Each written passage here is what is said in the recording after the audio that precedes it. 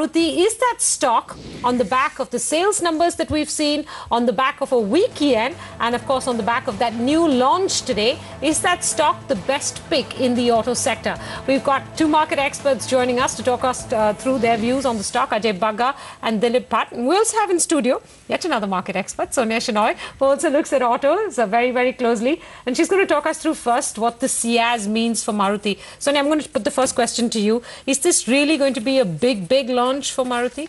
Well, in a sense, it is an important launch for them because it is a segment into which they've not been able to penetrate for a long time, the mid-size sedan. So they've had a couple of launches. You know, the SX4 has not done too well. In fact, the Ciaz will be replacing the SX4. And in this category, it's the perception that has actually killed them in this particular segment. So they've tried it with the Kizashi, they've tried it with the Baleno, but it's just the perception of a small car maker which, prevents people from actually going out there. You've seen the car? We have some footage running up there. It looks good. Yes, I've seen the car and I've spoken to a lot of our colleagues from Overdrive who've actually test-driven the car as well. It's a good car. Would you think there's sub-segment in the market? Because both Baleno and the Kizashi were actually sold at a price point that relatively was higher than this. Yes. So is this a segment that they perhaps think that the Maruti brand, the badge could find viewers looking for value? Well, this is a segment that they're trying to penetrate. But you know what, Senthil? I mean, this is such a tough space. Look at the two biggest brands here, the Honda City and the Hyundai Verna. So to penetrate this segment, which is already entrenched with such big players, is this price a tad lower than that? No, it's actually it's in the band of about 7.1 to 10 lakhs. Okay. The official launch is in the month of October. Right. So now you're just paying a booking amount. But the price is, it's similar to the Civic. It's very similar to the City. It's very Verna. similar to the City. And by the way, there's a refurbished version of the Honda City as well to lure customers. Okay. All right, so you've got a promising launch from Maruti of the Ciaz. You've got a weaker yen that I'm sure could be a temporary boost for the company. And then you've got, of course, sales numbers which show that Maruti is clearly leading the recovery. Dilip, would you say this is the best stock to buy in the sector at this point in time? Well, yes. I think Maruti probably has all the recipe right now, which is going in its favor. Just a kind of the right mix. You have a GDP which is likely to grow, which is about 5.7%, which is already what we have seen. And if we have to factor in that Modi factor is also going to come in, so I think that will add to the feel-good factor. I think more important 2 points on the on the financial front is, on Maruti, the discount in this last quarter was the highest at 21,000 rupees per car. So that has a maximum scope of it to come down, and that will add to the margins. And second, of course, on the back of the falling oil prices, we are all expecting sometime in early next year, we are going to see an interest rate reduction. And we are already seeing that the last month number has been pretty good. So reported 2,700 crores of profit last year. That can go right up to 6,000, and we'll see a series of upgrades over the next 2 years. Would you agree with that, Ajay? Yeah, more or less, yes, Menika, and for the reasons that Dilip suggested, market leader, huge discounts given to maintain volumes, is showing clear growth, has got some products lined up for launch, but basically, it stays the first car of Indians. 43% of the cars are the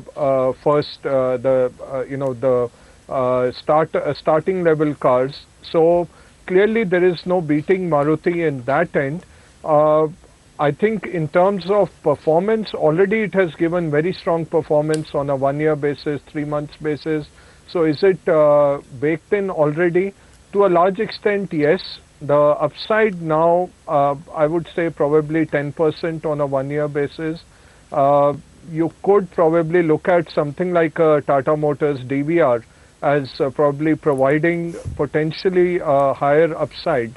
But overall, I would say Maruti, Eicher, Tata Motors, these would be picks in the auto. You know, I don't think the question, I suppose, of the day is not that is Maruti a good company or not, and will it deliver numbers or not. It is definitely going to do that. Is this stock the best stock to play a recovery in the automobile segment from here onwards, or the best way to play, let's say, an economic recovery? I suppose that's really what's underlying this debate. You've given us some glimpse into what you think, Ajay, by saying that maybe one better way to play this recovery is the Tata Motors DVR. Dilip, would you say, and if I was to put the question to you, saying between Maruti and Hero, or even Tata Motors, if you want to go back to that one, which one will be the better stock to play an economic recovery or a return in terms of demand? Would you still stick with Maruti? Certainly. I think Maruti has, as what I just told you, backed up by some of the numbers. Sure. I think the discretionary spend is something which is really going to increase. And I think on a macroeconomic basis, it certainly appears to be the best placed.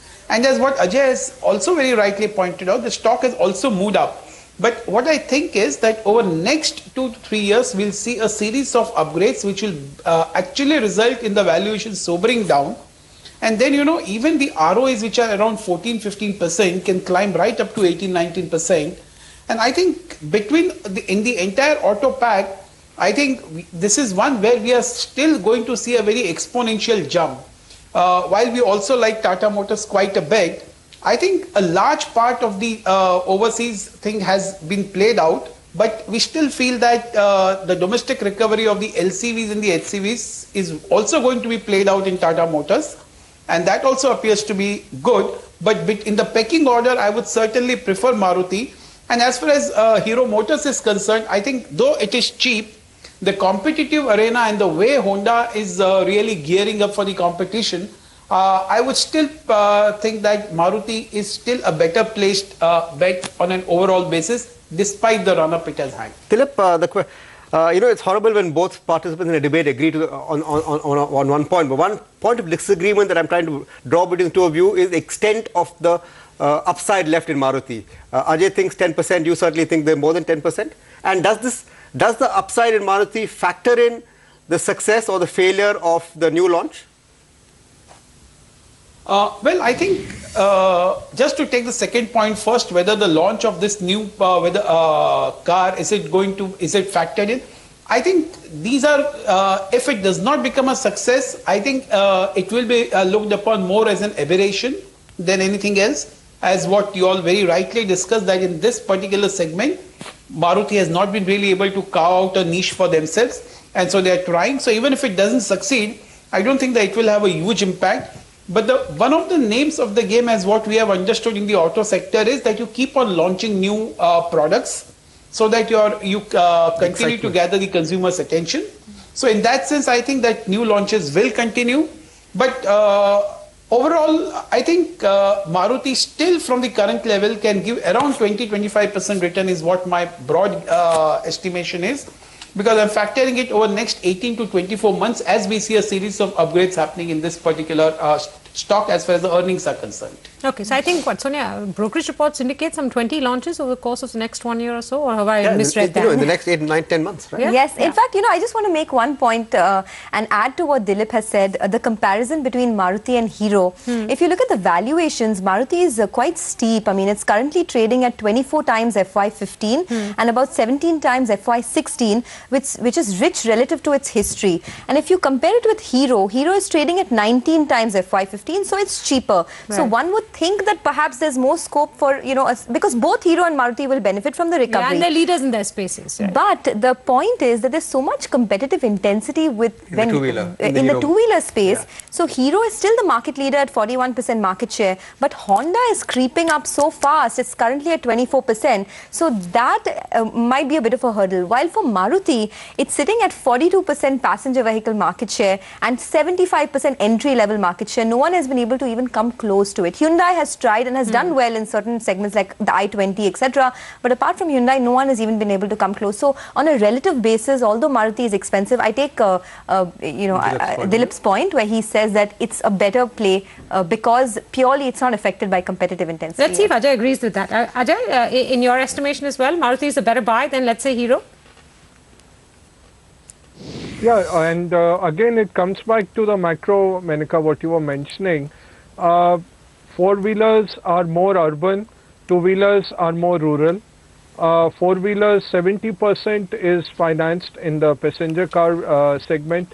Two-wheelers, 40% is financed. So the multiplier on passenger vehicles is much better, especially given a poor monsoon where rural demand might get constricted. The four-wheeler gives you a better play. In that sense, between Hero and Maruti, I would go for Maruti. Okay, I have just one negative, and I know none of you are bringing it up, but we saw this play out on the stock in the early part of the year, and that is the final details on their arrangement with the Suzuki Gujarat plant. We're probably going to run into that issue again in November, but maybe in a more constructive fashion, because Maruti seems to have learnt its lesson from the first experience and will probably provide more transparency and more arm's length, so to speak, right? Are you reading any brokerage reports, Sonia, that seem to indicate that that could be a big downer for the stock price, or we'll just have to wait to see what the details are? No, and that won't be a downer at all, because Maruti made it very palatable for the shareholders the last time around. So we've crossed that hump. We've crossed that hump. They gave a lot of clarity on what the arrangement will eventually be, the transfer pricing, etc. So all of that has come through. The shareholder approval via postal ballot is, I think, just a formality that's left in the month of October. So no one is concerned yet. But you never know. I mean, if there's let's be honest. I mean, with the way sales have picked up, you just don't argue with numbers. Many investors, yes, just as Senthil is saying, will look at the numbers, they'll be salivating at the potential growth and will want to take on the management, a little bit less maybe than they were in January or February or March. So in fact, tomorrow is the AGM, so I wanted to ask Dilip about what his expectations are from the AGM. Dilip, most of the analysts I spoke to are not expecting anything with regards to the Gujarat plant to be announced tomorrow or any clarity. But what are your own expectations from the AGM tomorrow?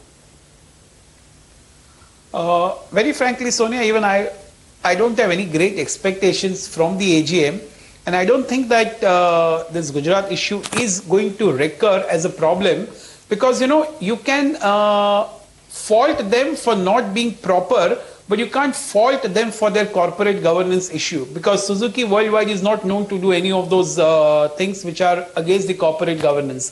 So they may have taken some wrong step, but probably they have amended it. But coming to tomorrow's general body meeting, I don't think that we can expect anything or any clarification further on this particular issue. Okay, one final question to Ajay. Ajay, if you were to list in order of preference all the stocks in the auto business, both four-wheelers and two-wheelers, what would it be? Maruti would be number one, as you already said. What would come in at 2, 3, 4, 5? Two would be Tata Motors DVR, which you have covered and pointed out earlier as well. Third, I would go for Eicher. And fourth, probably Bharat Forge. Oh, fine. All right. Interesting. Hero doesn't feature anywhere in that list. Gentlemen, thank you very much for discussing this topic. Stay right there with us. We'll come back to talk about a few more stocks with you. But before we do that, our money control question of the day is this. A new launch, cheap yen, strong sales growth. Is Maruti the best pick in the auto sector currently? Yes, we're putting the very same question to you. Send us your responses and we'll read the best ones out after the bell. Now we've got Sudarshan Sukhani joining in to tell you what to buy or sell today for a reverse trade tomorrow. Sudarshan, good afternoon. Well, good afternoon. So I'll do this quickly before the markets close. We still go and buy. We don't sell anything. This is not, absolutely not. Although markets are becoming choppy, and my suggestion for the index was stay away today, take your profits and stay away. And I think that's more or less what's coming out. But individual stocks offer a lot of opportunities. So buy M&M. M&M has been in a sustained uptrend, small consolidation and a breakout again. Then the second is Tech Mahindra. Tech Mahindra is part of the IT group. The IT index is at new highs. It's not the end of the IT rally. There's more, and Tech Mahindra is just starting it. So Tech Mahindra is the second buying opportunity. And finally, that old favorite, Asian Paints. It doesn't stop. Good companies are leaders in every bull market. We don't say it can't go higher. Asian Paints is likely to go higher. So three blue chip ideas, not only for today, but you can also hold them for 2 to 3 months. So, your quick opinion on what happened at about 225, 230 when we saw the Nifty come down very, very sharply. Is that par for the course in a market like this, or did it does it concern you a bit? No, it doesn't concern me, but it gives me a sign and that the market choppiness is likely to come in now. We've had 3 days of handsome gains, back-to-back gains, big gap ups. The gaps have not been filled. The markets cannot go up like this. And today's that sharp intraday dip was a sign that there Be are careful. sellers now coming in. This is not a sign that we want to short sell. Yeah, absolutely. Be careful. All right, Sudarshan, stay with us. We're going to come back to you with more stock questions. But before that, Varinder Bansal standing by with a list of buzzing stocks. Varinder, it's been an interesting last hour of trade. It has been, and especially for the real estate stocks. If you just see what Oberoi Realty actually did in the last half an hour of trade, you will just see the intraday chart. The stock has moved up 15-16%. Ditto was the case with SDL. It started moving around 235, 240. The stock is trading up by nearly 6%. Most of these real estate stocks have started moving up. Look at some of the crop or seed stocks. Monsanto is up 20%. You know, the stock has seen nearly 12 times, 12 times 10-day average in terms of volume. Kaveri Seeds, UPL, all these stocks are buzzing up. Senthil mentioned about all these, blue chip mid-cap stocks like Asher, Godrej Consumers, CRISIL. Adding to the list is JSW Energy and MTNL, which are also moving up. Also, today is a good day for all those Syndicate Bank, case related to all the stocks which are related to Syndicate Bank. Prakash Industries is up nearly 10% today. Bhushan Steel, after 18 days of down circuit, has moved up today, hitting that upper 5% circuit. All those food stocks, whether it's Kohinoor Food, which is up 15-16%, LT Foods up 6%, Agrotech, which is up 7%. We mentioned about this particular list yesterday, that these are the particular set of stocks which mutual funds have been buying in the last month or so. Look at Gammon India, which is up 10%, Oriental Hotels, which is up 10%, Alembic Pharma up 8%, Tube Investment up 6%, Orient Paper and Industries up nearly 16-17%. Kirloskar family, all the stocks in that space are moving up today, whether it's Kirloskar Industries, which is up 20%, or Kirloskar Brothers, which is up nearly 6-7%. And small cap buzzers, Kalyani Investment, we mentioned on Did You Know, the stock is up 10% and 1193. SmartLink Networks up 20%, the stock has been just moving up. HOCL up 10%, SPIC up 7%. And some of the mutual funds which bought shares yesterday in the large deals is Lumax Auto Technologies, where the stock is up 11%, and Carborundum, which is up 6-7%. All right, that's an exhaustive but I have list. I have a question. Yeah. Why haven't you put Coal India on that list? Look at what's happened to that stock in the last half an hour or so. Exactly. Varinder, there's no explaining why it's gone and moved Bharti out of the top gaining position on the Nifty, now up 4%, Coal India. And I heard you, Minka, mentioned about Coal India. So that's at the why last you kept 10 it. minutes. That is why I just Smart, kept it on. very Coal smart, India has very become smart the answer, top, Varinder. Coal India has become the top gainer on the Nifty, and ONGC and GAIL have become the top losers on the Nifty. So take a look at all three intraday charts just to get a sense of what's happened to those three stocks. Varinder, thank you very much while we flash the intraday charts and get back to our guests. Yeah, let me get back to Sudarshan. I know ONGC was a pick of yours, Sudarshan, yesterday. But Coal India, let me just pick up shares that have done well today. Coal India, you've got Eicher Motors, Godrej Consumer. How would you look at these? Coal India, among the three, Coal India has the best charts. It's already come down. It's gone through a mild correction, 400 plus to 350, and it's just coming out of that correction. It's a buy on dips opportunity. I think Menka identified it, and I would support it, and I would then say that Thank you you, go and buy Sudarshan. it. I only noticed the price You- spurt. I had no view on whether it will continue to go up or not. I'm adding the view. It will go up. All right. That's Coal India for you. IT has been a big gainer, Sudarshan, today. The best performing sector, so to speak. A big comeback for stocks like Infosys, Wipro, TCS, Tech Mahindra. You already put Tech Mahindra on your list earlier on. What do you make of this return to strength? No, in the morning we had HCL Tech, yesterday we had TCS, and so IT stocks have been coming in our buy list in the morning consistently because they were giving signs of imminent breakouts. That has come about. I think the focus should now shift on IT stocks because the uptrend is not over. IT large cap, and I have a sense that IT mid cap is going to do well in the next few days. Dilip, 8100 to 8200, which sectors or stocks will lead that part of the chart? Well, I think, Venka, the way the markets have really moved up, probably more than sector, I think it will be the individual stocks which will count more. Okay. And I think that IT probably will participate, as particularly when the markets run up like this, and the prices are significantly ahead of the intrinsic fundamentals. So then, you also try to balance in by trying to look at some of the fundamental picks where the valuations are still on your side. So I think that is where the IT fits in very strategically. So I think IT certainly looks better placed. Particularly, I think the Infosys and Tech Mahindra amongst the front lines, and even Wipro. And I think in the second line, NIIT, KPIT also looks pretty interesting, including Mphasis. Okay, Ajay, what do you make of what's happened to coal? The weakness in banks stocks in the last hour or so of trade, and the giving up of gains to some extent by cement stocks. Yeah, coal, I really don't know what is the trigger for this last half hour increase in Coal India. Not really aware of anything per se, but hopefully the government act stuff. There have been some media reports of the government talking to the management, and also the union. There is an upcoming negotiation, so that could be some trigger. Maybe there is some influence buying on that. What was the other question? Banking. The weakness in banking today. Yeah, banking. I think stick with the private sector banks that I've been saying consistently, and I would say one opportunity could be the HDFC twins, because they have not really participated as much as say an Axis or an ICICI bank in the up move, and one could look at those two as well in terms of increasing positions. But private sector banking still very bullish. It will be a huge beneficiary.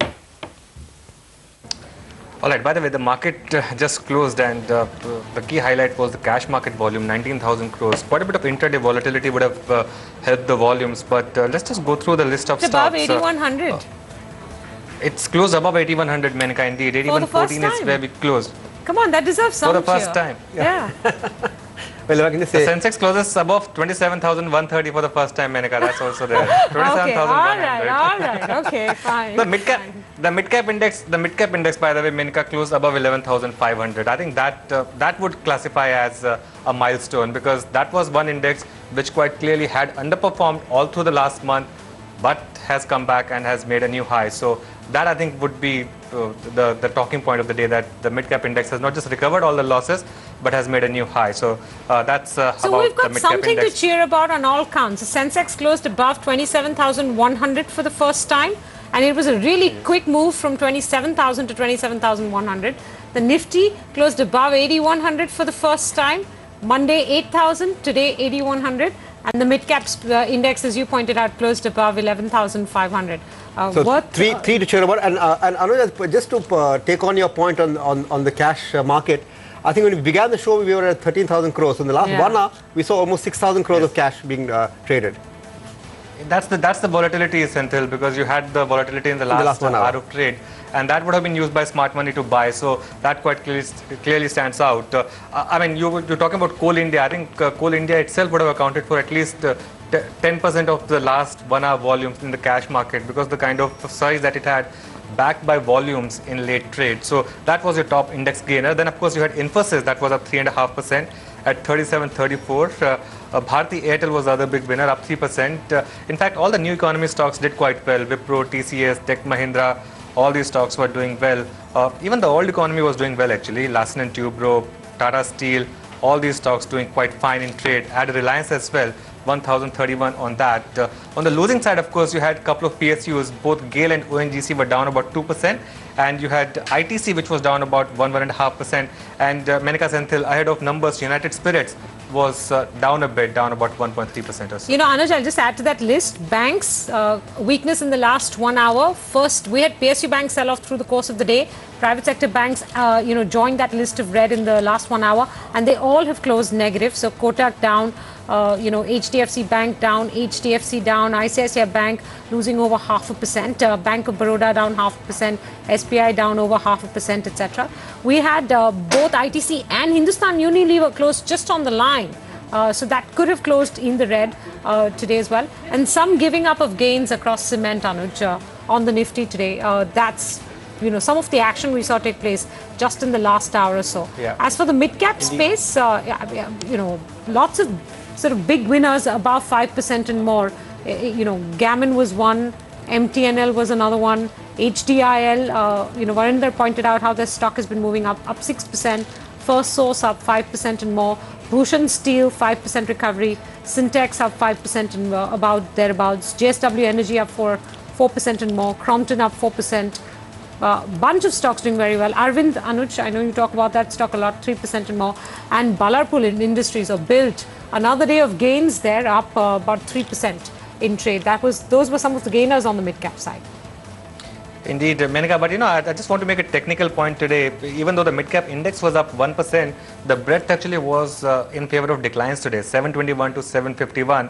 And that's because a couple of stocks really led the mid-cap move up, stocks like HDIL and Firstsource and MTNL. But what was good about market today was that you had the slightly lower pedigree stock, if I may use that word with a bit of caution. They were actually down in trade. So stocks like Lanco Infratech, JP Associates, Alok Industries, a couple of Adani Group stocks and all, they were slightly down in the trade. Suzlon as well was down about 1%. So it's not that the market really had a bit of a runaway rally in the mid-cap basket, and that actually is going to keep the market quite healthy at this point in time. Our experts are still with us. Dilip, a word on these JP Group stocks, because they are just not participating in the rally. How would you approach them?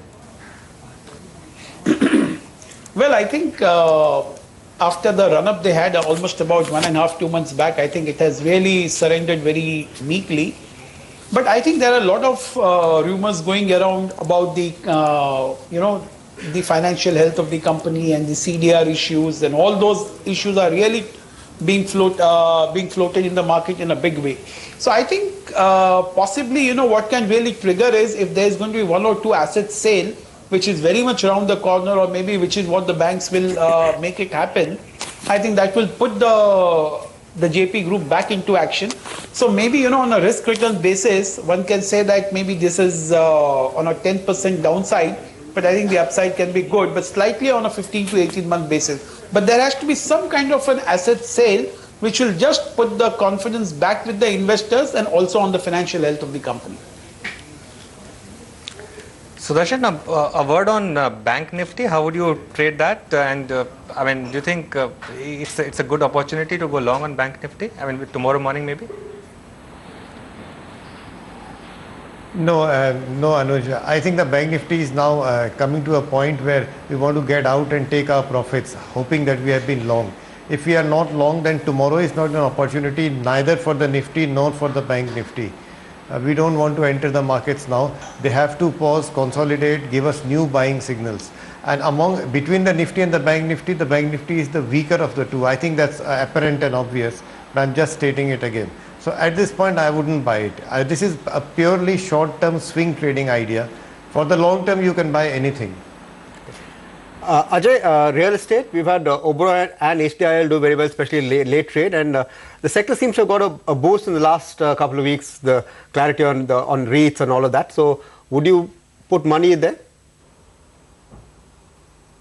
No, I really don't like the sector, except a few South India-based scripts, which I keep on plugging, the prestige kind of scripts one can look at. But overall, I'm a little wary of the sector, especially the North India-based developers. I think let's wait and watch. These are bounces that we are seeing from, very beaten down stocks. You look at a longer term period, you can see the kind of destruction of value that investors have faced in these stocks. So I would be, quite careful on these scripts. Dilip, how about you? I know Sudarshan is also very wary of these, but we've had a number of people coming on this channel. I think we had Rhythm as well yesterday saying he would look at real estate at this point of time. What's your view on real estate?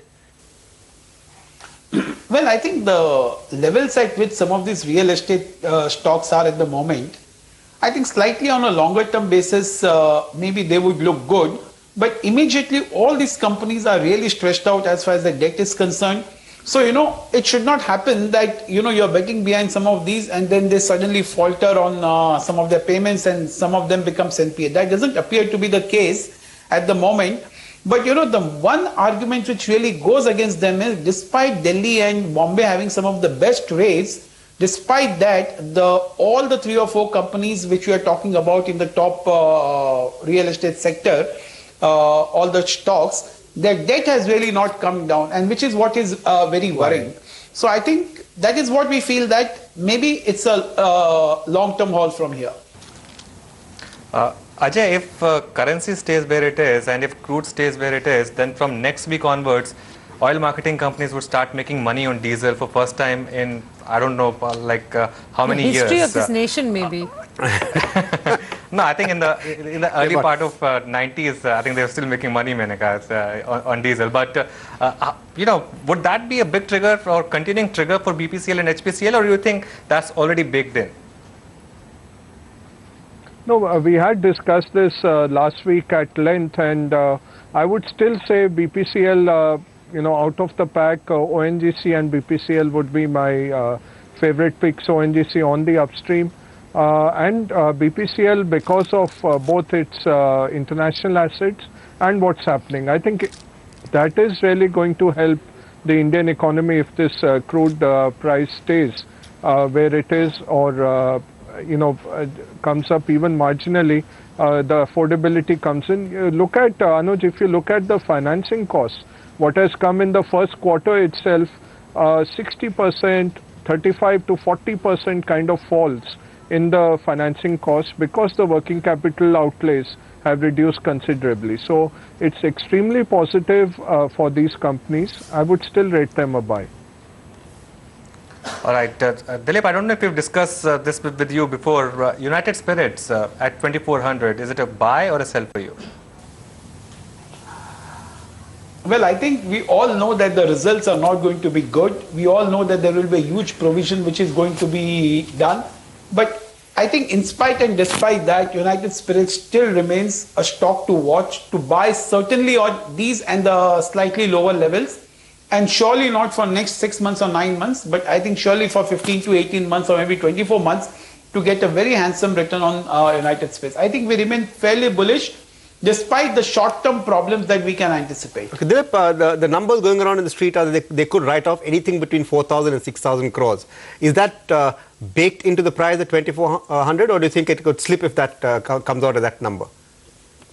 Yeah, I think if those kind of numbers come, I think the market, the stock will react without any doubt for some more time to come.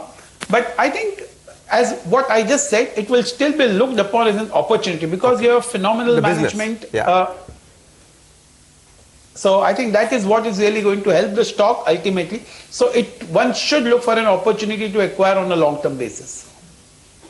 Sudarshan, before we let you go, how would you play the Nifty tomorrow if it opens like it did today, gap up? No, I wouldn't buy it. My suggestion was to take profits today, and I would stay away from the Nifty and Bank Nifty for 2 days now. You know, we've had a handsome run up, I'm repeating it. 3 days of gap ups. This is not sustainable. Okay.